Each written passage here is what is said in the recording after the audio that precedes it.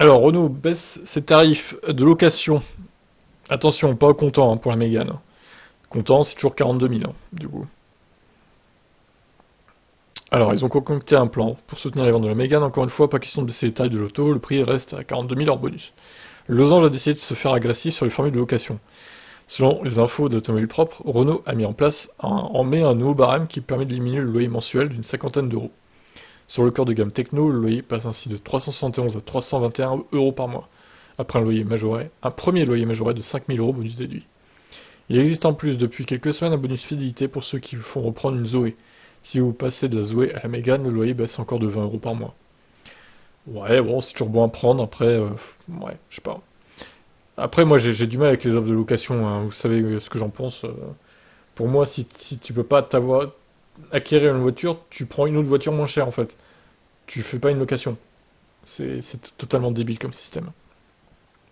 Parce qu'au final, la voiture est jamais à toi, en fait. Faut que tu la rendes, en plus, faut que, ça se trouve, il y a des frais de réparation parce que tu as abîmé un peu de la peinture ou l'intérieur, je ne sais quoi. Non, je suis pas du tout pour ce système, clairement.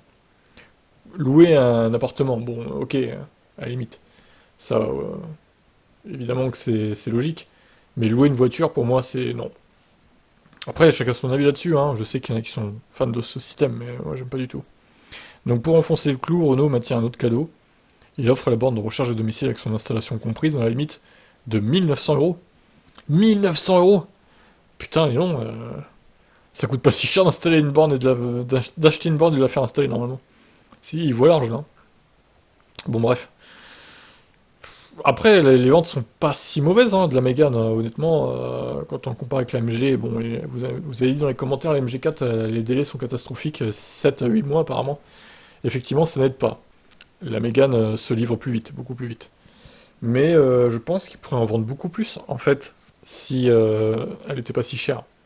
C'est dommage parce ils se privent d'un bon nombre de ventes là quand même, avec un tarif aussi haut en comptant, en achat comptant. C'est dommage, je trouve. Bon, à voir. Allez, ciao.